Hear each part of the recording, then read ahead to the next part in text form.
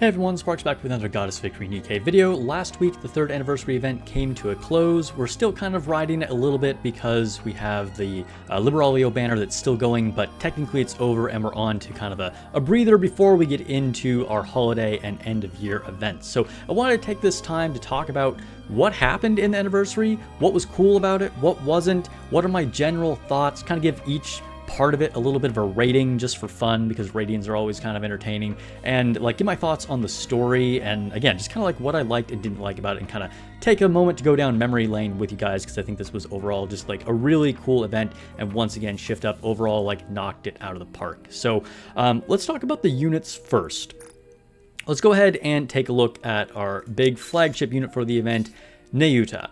She looks amazing in her gotcha skin. We'll get to that in a second. We'll talk about the skins later. But she looks amazing in her standard design as well.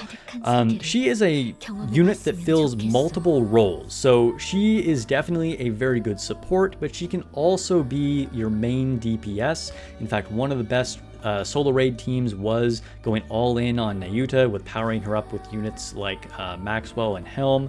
You had to have a very specific build, but that was very, very good. She's absolutely capable of being a crazy DPS, and then just being like generally a good secondary DPS on kind of like any team at all.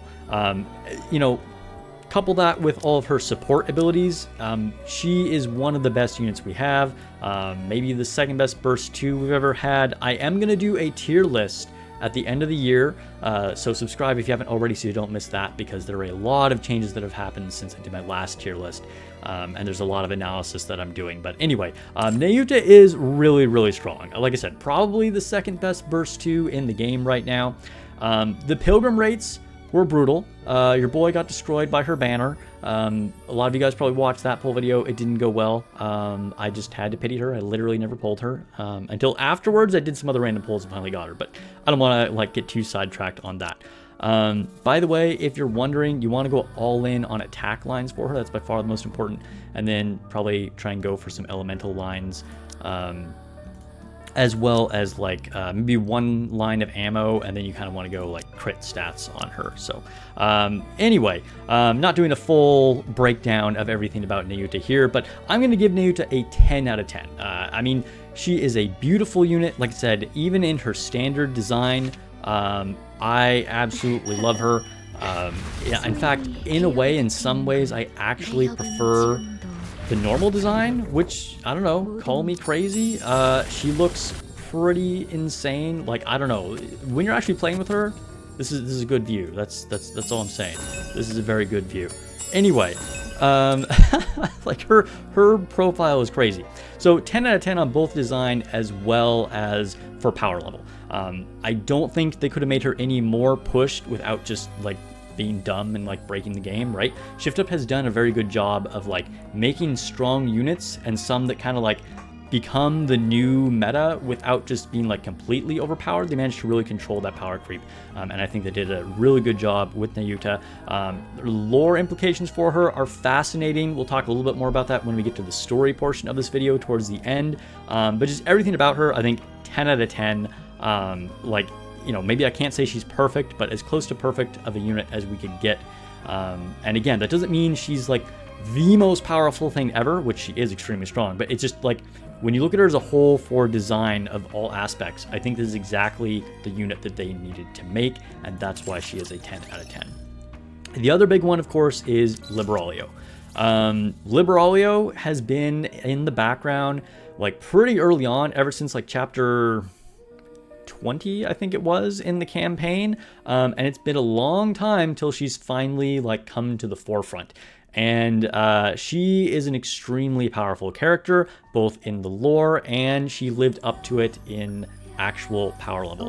A really crazy unit, one of the original heretics, and I think it's exactly what they needed to make. Like, honestly, Wind already had basically the most powerful attacker in the game with Black Shadow Scarlet, but they really don't have a lot. So getting Nayuta and Liberalio definitely put Wind on a level where we could actually make multiple strong Wind teams. Even at this point, it's a little easier to make some other teams. Wind is still a little bit weird, but Wind really, really caught up with this. And so, I think this is exactly the unit they needed to make. She is a pure DPS. Like, by any definition, she's just all about doing damage. She's doing all the damage herself. I mean, technically she does buff as well, but I mean, she is just a pure DPS role and a really, really, really strong unit. And I think, again, she's exactly what she needed. I had a little bit better luck with her, actually way better luck with her. And then I also used a gold ticket to get a second copy of her. I would say she's possibly in the top 3 DPS in the game. It's going to depend, be somewhat situational, but she's extremely strong. Again, I don't think they could have really pushed her more without just it being silly. I will say the pilgrim rates are still brutal. This is where you want to use your gold tickets. I personally had better luck with her than I did with Nayuta.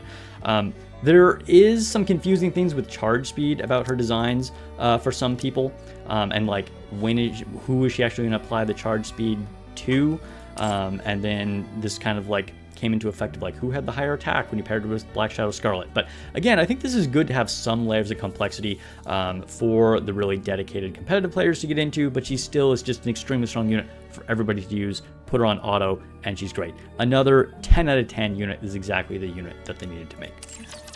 Okay, let's take a step back away from units for a second and talk about the music. Nikke's music is extremely strong across the board, right? Like, it's banger after banger. This is one of the things Nikke is known best for. That said, I don't think the music was particularly memorable in the anniversary event. The music in Goddess Fall was definitely good. I think the what was it called? Hurricane. It's a pretty great song. It's definitely a very cool music video that they have featuring Nayuta. If you watch it on YouTube as well, it's good. It's good. But I think by Nikke standards, it was a little forgettable, like, again, very, very good music, don't get me wrong, but I don't think some of these songs aren't like really staying with me like some of the ones that we've had in some previous events. Just the standard is so high for Nikke. That's just the reality of it. And so I'm going to give music a 7 out of 10 overall in this event. Okay, so now let's talk about the skins. We got several skins, 4 actually, if I'm counting correctly, and one of them was a gacha skin for Red Hood. This felt a little random when I first saw it. Other than that, I mean, Red Hood is obviously a very popular character, but I was like, she's not really in the story. Why are we getting a gacha skin for her? Technically, this was in the Goddess Fall event at the very end. There are some clips of like memories of Snow White, like reminiscing about like Lilywise and Red Hood. And then this is where we see Red Hood's skin appear. She's standing in like the wheat fields with the golden hour light shining across her. And that's where we finally see the skin very briefly. I think it suits Red Hood really well. She is showing off a banging body, we'll say that. And it's very like casual. This is probably what she was like before she became a Nikke. This is what she would like to do if she got to live out her days at home.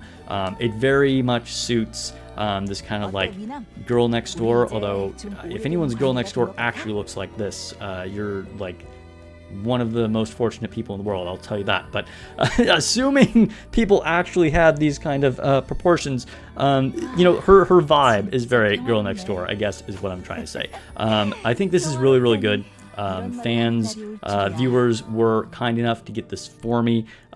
It's a great skin. I really like it. All of Red Hood skins are very good, but I think this is definitely a very, very strong. In fact, I made a whole tier list of all skins of the game. There are 138 of them. I'll put a link to that video in the description below. Check that out. It was a lot of fun. And I'll just give you one spoiler. This was an S tier skin for me. Okay, for Nayuta, we already saw this, obviously. A lot of people say this is like the best skin in the game, or like top 3 skins in the game. It is beautiful. I mean, we have all this like Milky Way galaxy kind of like look on her one side. She has this very like cosmic being kind of appeal to her. Insanely powerful looking. Feet people are happy about it. So I hear. Okay. I rated this as a very high skin. Don't get me wrong, it's amazing. And the more I look at it, the more I'm like, maybe I should have even put this even higher than I did, and I already ranked it very, very high. The thing is, I just feel like there's certain details that I actually like prefer about the standard design, and they're both so good that I don't know. I feel like if I was going to rank this as like the best skin in the game, or like top 3, there should be like no room for complaints on it. And I feel like I should just like definitely prefer this over her normal design, right? If it's like one of the best in the game. And certain things like these like blue like trails, some of them aren't the best positioned and they feel a little weird.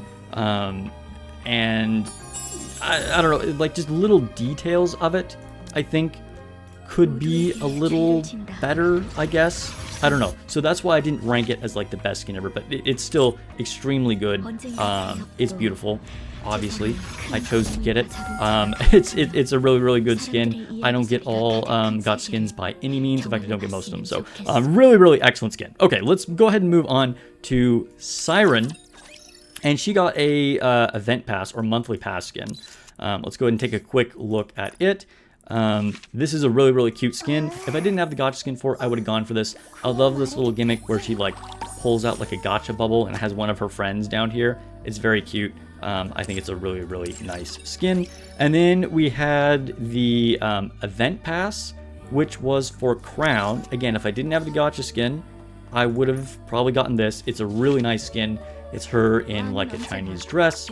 She's still got her stupid derpy crown face. Very, very beautiful. Hard to deny that this is an excellent skin. So overall, I'm going to give the skins for the event a 9 out of 10. Extremely strong. This is one of the best events for skins that we have ever had. All right, mini game. The Rebuild Eden. For me personally, this was my least favorite minigame ever. You know, it was basically just a list of things to click on.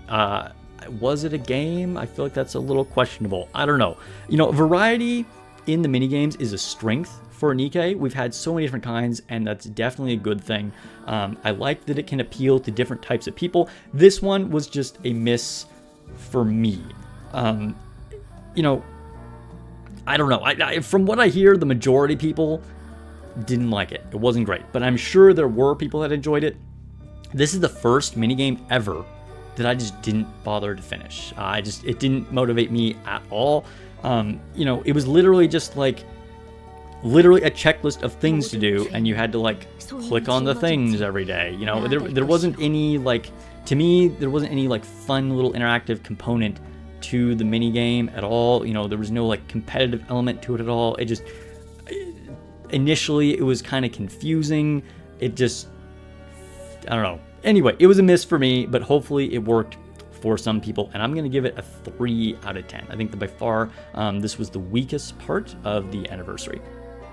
All right, the raid. The raid was really cool. I mean, we're fighting the original queen. It was crazy. I think they did a great job on her design. And I thought this raid had like some pretty cool like layers to it. It was actually a relatively simple raid where there were only like a couple things, like the individual big laser that she targets one character with and her big claw swipes that you had to like take cover for. So it did require some interaction. And then there were her little like red bubbles that you could shoot down. So there were things that you could interact with her on, but it wasn't super complicated. And I think that was a great way to make it like pretty easy for new players, because a lot of players came in. But there were also teaching moments and sort of things that required a lot more like experimenting and time to find out. Like timing of when you actually have to take the dodge, when you can come back out from cover on some of these things. What teams you can make to avoid like ever having to like shoot down any of the red dots or whatever.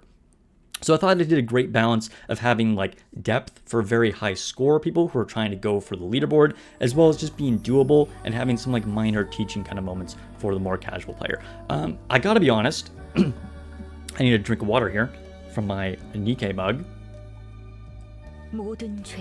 I gotta be honest, I didn't get the highest tier frame, and I'm a little disappointed about that. I kind of took it for granted that I was going to be able to roll up on the last day and get a good score. I have done that in the past, and I didn't. I definitely should have taken the time to do a little bit more experimenting and research on this raid, and it's on me that I didn't manage to get that tier 3 frame. because I just like tried a few different teams and they didn't get me a high enough score. I think I ended in 3.3%, which kind of hurts, but whatever. Again, that's all on me. The only thing I will say that's a slight criticism is that I think they could have made the frame a lot cooler. I think, you know, being the Rapture Queen, this was an opportunity to make a truly special looking, unique frame. And it definitely looks cool. It's not bad by any means, but it's you know, nothing special. I think they could have done more, maybe had some movement effects to it, or like more like light up things or something like that. I don't know. Anyway, overall, despite my own personal failings, I'm going to give this raid an 8 out of 10. I think it was quite a solidly designed one. Alright, so we're going to get into the story, but before I talk about the story, I want to talk a little bit about the backstory and previous events. And I was like writing out this whole like timeline and stuff, and then I found this great graphic that somebody had already posted on blah blah blah from user Shizuku, so credit to them, and I'm just gonna show you what this looks like, because it definitely saved me some work from finishing what I was already working on. So there was a lot of things that would have enhanced your enjoyment of this event from a story perspective. I think it stood decently well on its own, but there would be a lot of things that maybe wouldn't have been as impactful, or really knowing like where these characters are coming from if you didn't do this event. One of the great things about this is that they gave us a ton of those film rolls. So if you're a newer player and you got these film rolls, you're like, what do I do with these? You go to the museum and spend them to unlock previous events, okay? And so I'm going to talk about the events that are most important to understand the story that we had in Goddess Fall for the 3rd anniversary. Obviously, the main campaign, okay? So, I mean, yeah. Doing the main campaign would certainly tell you a lot, and I'm not going to do like a recap of the main campaign, but as much of that as you've done, the more you're going to be prepared to like see the events in this story, right? So beyond that, Overzone is very important, is pretty foundational for just understanding a lot of the Pilgrim characters and just sort of the dynamic of humans and Nikkes and like the emotional baggage that a lot of them carry. This was our 1st anniversary event, or 6-month anniversary, and to this day I still think it's one of the best events we've ever had. It goes over the backstory of Pioneer, Snow White, Scarlet, and Rapunzel, and the Ark construction. So I don't want to give like a full breakdown or spoilers here, but basically the Ark was being worked on, and then the Pilgrims were basically posted on the surface to defend the construction from the Raptures coming to the gate. And just the horror that they experienced through this, you know, losing everyone, losing Lilywise, losing Peanut, and being rejected by the Ark and the humans, and not knowing why, and all of the horrific things they went through, and the sacrifices, the people that died for the Ark, and then to not be let in without any explanation. And this is what kind of like shatters Dorothy's mind, and she just loses it. And it starts her like whole obsession with Pina, and like trying to like bring back Lilywise and Red Hood. And it's an amazing story, and this definitely, you know, gives way more depth to Dorothy and makes you understand why she's doing the things that she's doing, as well as the other Pioneer Pilgrims as well, and just kind of the dark background of the Ark and the humans that live there. The next one that you would do, so I'm going to kind of go through these in chronological order, would be Red Ash. And this is Red Hood's story. I won't get into this one in too much detail, but this talks about, you know, like kind of Red Hood's personality and how she got involved with the Goddess Squad, and, you know, just kind of all of her backstory, and her attachment, her relationship to, like, you know, Snow White and all the rest of them. Then you have New Year, New Sword. This one isn't as important for understanding things, but it is where you're introduced to Rose, Scarlet's sister, and so you know more about her. So when you see Rose, possibly not Rose, show up, that's like where she's from, and why it was so shocking to see her, because supposedly she was dead. Then you have the side stories, Second Affection and Wordless. These aren't ones that you have to use your film things on. Just when you reach a certain point, you can do those side stories. These would also definitely help you learn more about the backstory of like what happened to Modernia after she has to leave the Ark, and how she kind of gets that like Rapture Queen title. And then Last Kingdom introduces Crown and Chime. This is obviously important for getting to know them, and it makes the whole like transformation of Chime into the Naked King outfit in a moment of comedy in this event make more sense if you saw that. And then Old Tales. It tells the story of Cinderella, Grave, and Red Shoes. So again, if you saw this girl in the red boots show up and you're like, who's this like evil scheming person that Nayuta is talking to, and why is she with Rose? Like, then we still don't know who that really is, because it's not actually Red Shoes, but it'll kind of like make a little bit more sense as well. Then you have the Mudfish side story and Unbreakable Sphere, which dives into Siren's story, and then her relationship to the offspring, or not the offspring, the Four Beasts, and kind of like how that story goes down, and of course Mihara and all that, and that kind of like catches us up a little bit on like what has happened with all those people in this time. And then finally, Eden's Spear, which was a side story right before the 3rd anniversary with Goddess Fall, and presumably you've played Goddess Fall. It was the anniversary event, otherwise you probably wouldn't be watching this video. So amazing. I mean, honestly, I would give, it was fantastic, but I'm a little worried about some things, and I'll get back to that in a second. But I would give the story an 8 out of 10. Very, very good. And retrospectively, like, if things go in a good direction in the future, I may rate this even higher, okay? It's just there are concerns that I have that keep me from giving it like a 9 or a 10 right now. So, they were just like, the stakes were so high in this story, and they kept the tension throughout it. By the way, part 1 took place basically after chapter 40, so before the new chapters 41 and 42, and then part 2 of Goddess Fall took place after chapter 42, roughly speaking anyway. Anyway, there were a ton of great moments in this, from like the beginning when the laser from the Queen comes down and like destroys Eden, which of course gets us involved in that dumb minigame, but the event was cool, and it really started off with like the stakes being so high, and like, what do we do now? Our big secret weapon to try and shoot down the Queen has been destroyed, and kind of sets the stage for everything. And then we have like the finding out that Nayuta has thousands of clones, and that they all have their own individual lived experiences, and they're being sacrificed. It's crazy. I mean, I don't know, like, is Nayuta a hero or a villain? Like, there's a lot of questions about Nayuta for this. And I love this quote from Haran, R.I.P. to Haran.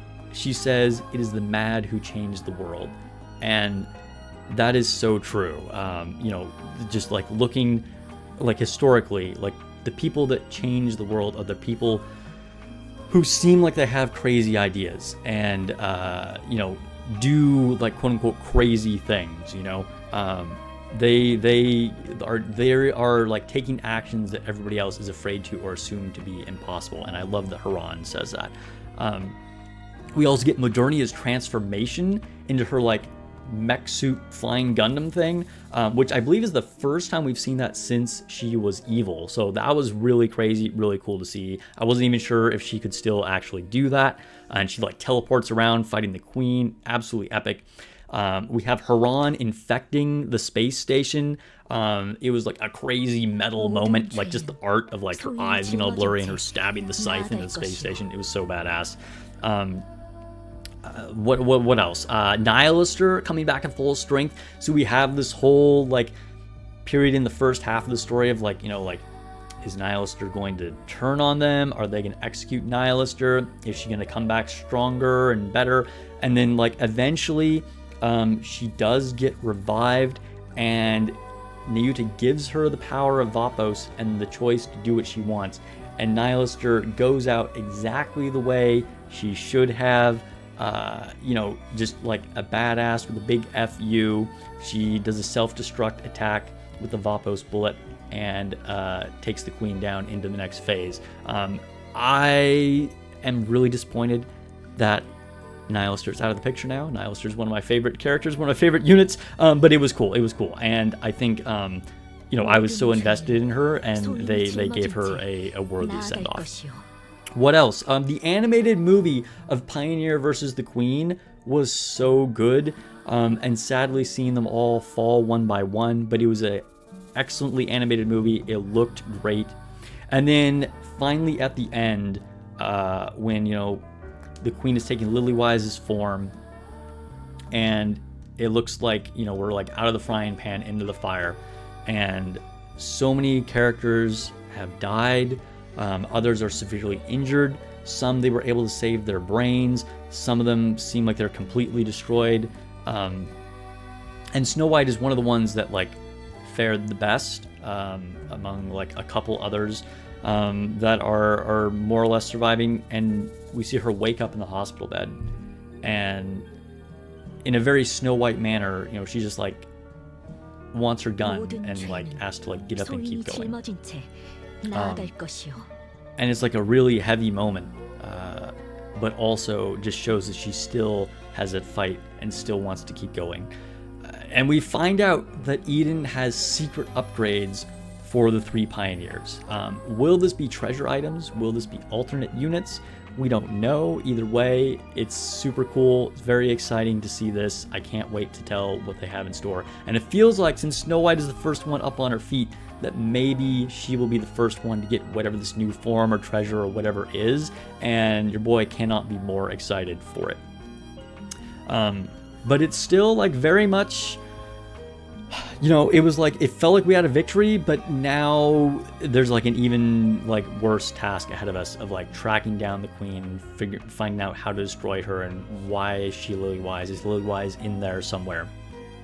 And before Snow White leaves, Dorothy has come back to Eden, and Dorothy once again gets rejected.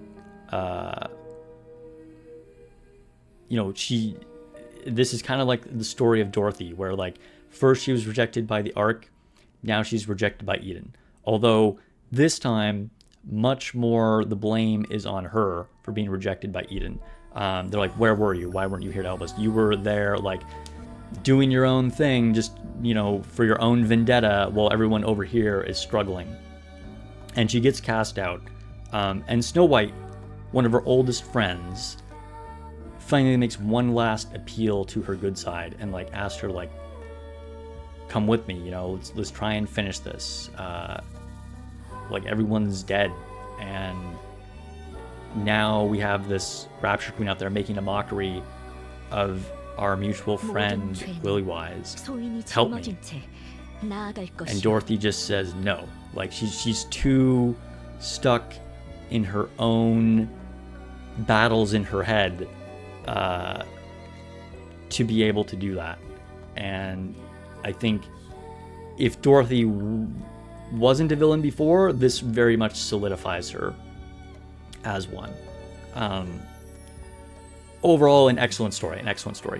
So my worry is that they'll magically bring people back. These were all expertly written characters, and we all got attached to them. We were invested in them, and the stakes were there, and we feel their loss. And as much as I'm really sad to see some of these characters go, it's going to cheapen it if they like magically bring some of these back. Now, some of them, like I said, they were able to like, you know, they were just severely injured, and they're going to get upgrades like, you know, Snow White and Scarlet and whatever. There were some that they were able to save their brain for, such as Noah. So these are characters we expect to come back. But there were others that you like should be completely gone as far as we know, such as like Nihilister and Haran. And again, I like those characters, but I think we need to like honor what they did in the stories and like let them rest at this point. So that's my concern. So I guess like maybe it's almost unfair of me to not give it a perfect score, because I'm tempted to give it like a 10, but it worries me. So I don't know, tentatively I could give it a 10, but I'm giving it an 8, just because I'm like, it's almost hard for me to believe that they actually like wiped out this many characters, so we'll see what happens. Anyway, that's where I'm going to leave it. Overall, this was a great event. This turned out to be a way longer video than I was intending. Let me know what you think. Did you like this event? Do you agree with my ratings? What was your favorite part of the 3rd anniversary? Don't forget to check out my skin tier list if you haven't already, and make sure you subscribe if you haven't already to see my power level tier list, which I will do at the end of the year. I also have a link to my community Discord. Appreciate all the support, everybody, and I will catch you guys in the next video. Stay positive and be kind.